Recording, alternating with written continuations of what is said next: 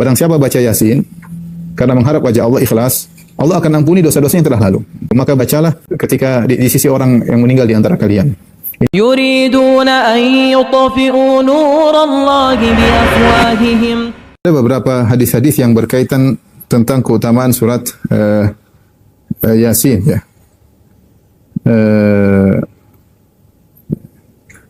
Di antaranya sabda Nabi sallallahu alaihi wasallam, "Utitu makanat Taurat as-saba." Aku diberikan pengganti Taurat adalah 7 surat yang panjang ya. Jadi surat Al-Baqarah, kemudian Ali Imran dan seterusnya, Al-A'raf ya. Wa utitu makanaz Zabur al-mi'in, dan aku diberi kedudukan kitab Zabur dengan mi'in, yaitu ayat surat-surat yang ratusan ayat, lebih dari 100 ayat. Kemudian wa utitu makanal Injil al-Mathani, dan aku diberikan sebagai pengganti Injil adalah al-Mathani. Al-Mathani ya surat-surat setelah mi'in, di antaranya surat Yasin. Wa fusiltu bil mufassal, dan aku diberi kemuliaan. Wa fudiltu bil mufassal, dengan surat mufassal. Surat mufassal mulai dari surat Al-Hujurat atau dari surat Qaf. Ada khilaf di kalangan para ulama.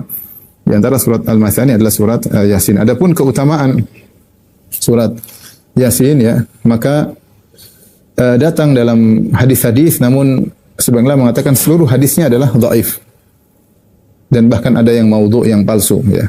Ada satu hadis yang diperselisihkan apakah dia hasan atau dhaif, seperti hadis man qara'a Yasin fi lailatin ibtigha'a wajhillah ghufira lahu. Barang siapa yang baca surat Yasin pada suatu malam, ya malam apapun, dengan berharap wajah Allah, itu ikhlas baca surat Yasin, ghufira lahu, maka akan diampuni oleh Allah Subhanahu. Hadis ini diperselisihkan oleh para ulama.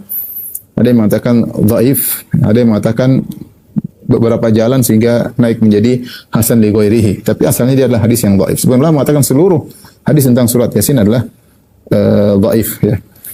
Adapun hadis-hadis yang lain ya. Hadis-hadis yang lain maka hadisnya adalah dhaif atau maudhu'. Jadi antaranya hadis-hadis tentang surat Yasin misalnya inna Allah tabaraka wa ta'ala qara'a Thaha wa Yasin qabla an yakhluqa Adam bi alfi am. Sungguhnya Allah Subhanahu wa taala membaca surat Thaha dan surat Yasin sebelum Allah menciptakan Adam 2000 tahun. Itu 2000 tahun sebelum Allah menciptakan Adam, Allah baca Thaha dan Yasin.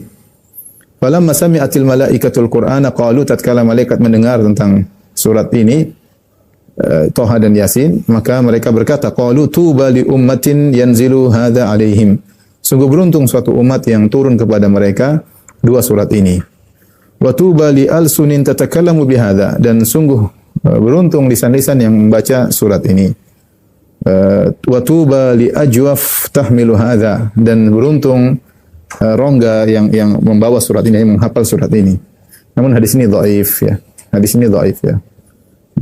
Thaha dan Yasin dibaca oleh Allah 2000 tahun sebelum Allah menciptakan Adam. Hadisnya dhaif.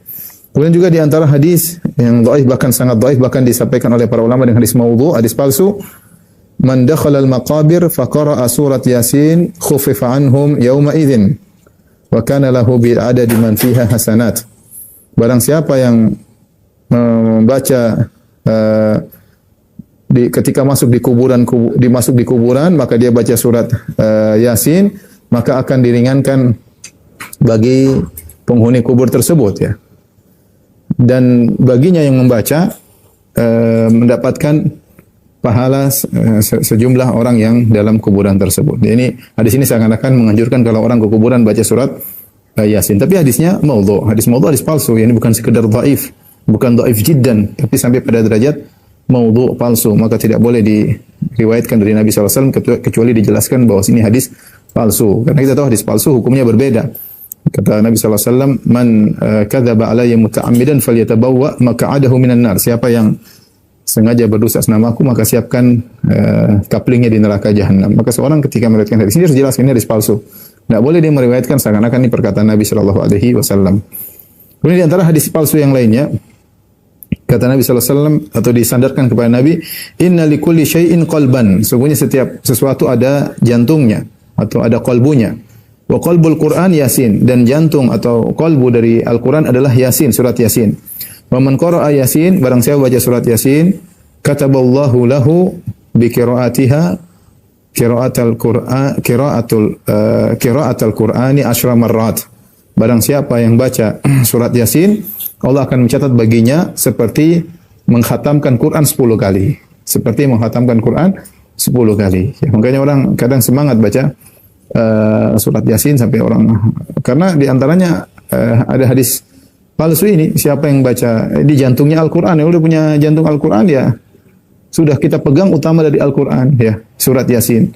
Kemudian siapa yang bacanya seperti 10 kali khatam ya, seperti 10 kali khatam Al-Quran, namun hadisnya palsu, maka tidak boleh kita amalkan karena ini palsu dari Nabi. Bagaimana Nabi tidak mengatakan hal ini, didustakan atas nama Nabi kemudian kita yakini? Ya, tidak boleh. Kemudian juga hadis man qara'a Yasin ibtigha'a wajhillah ghafarallahu lahu ma taqaddama min dhanbihi faqra'u 'inda mautakum.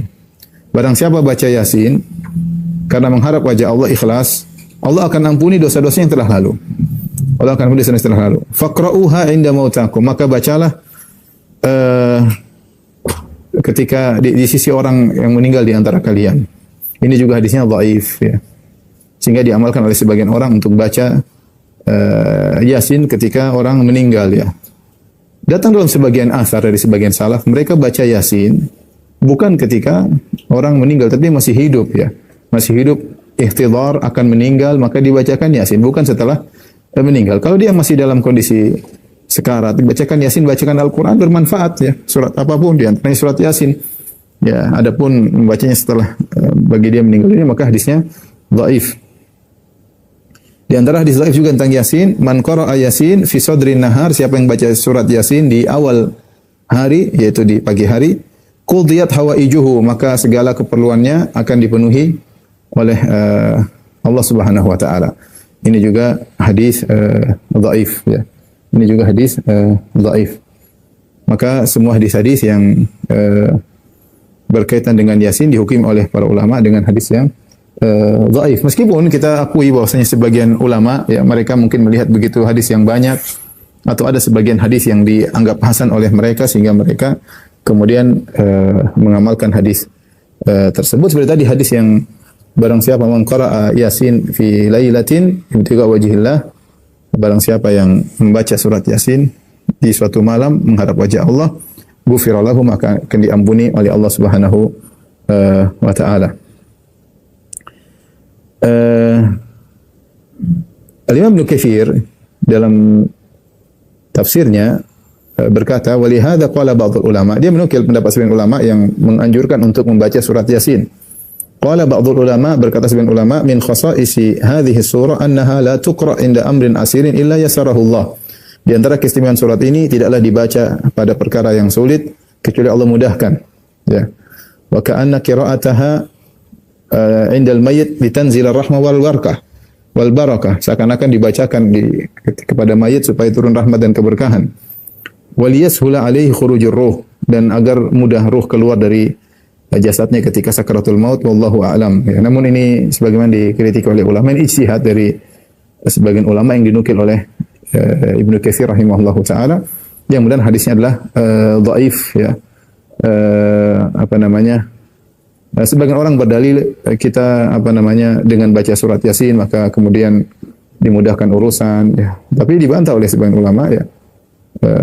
Dia mengatakan sebagian juga baca surat Yasin urusan juga tidak dimudahkan. Ya, intinya siapa yang senang baca surat Yasin ya silakan ya, karena kandungannya yang indah, tapi tidak boleh kemudian dia meyakini bahwasanya surat Yasin adalah jantung Al-Quran. Kenapa itu hadis maudhu? Tidak boleh.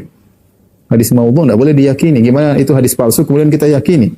Hadis dhaif saja tidak boleh kita yakini, apalagi hadis palsu. Ya, maka tidak boleh diyakini ya. Seperti tadi saya baca surat Yasin kemudian seperti khatam Al-Quran 10 kali, ini juga hadis palsu, maka tidak boleh juga diyakini. Tidak boleh diyakini ya. Karena hadis-hadis yang Yasin tentang surat Yasin semuanya dhaif ya. Meski tadi saya katakan sebagian ulama berpendapat untuk dibaca ya, pendapat, tapi kalau kita berusaha merajihkan, kita bilang semua hadisnya adalah dhaif, maka tidak bisa diamalkan. Wallahu a'lam bishawab.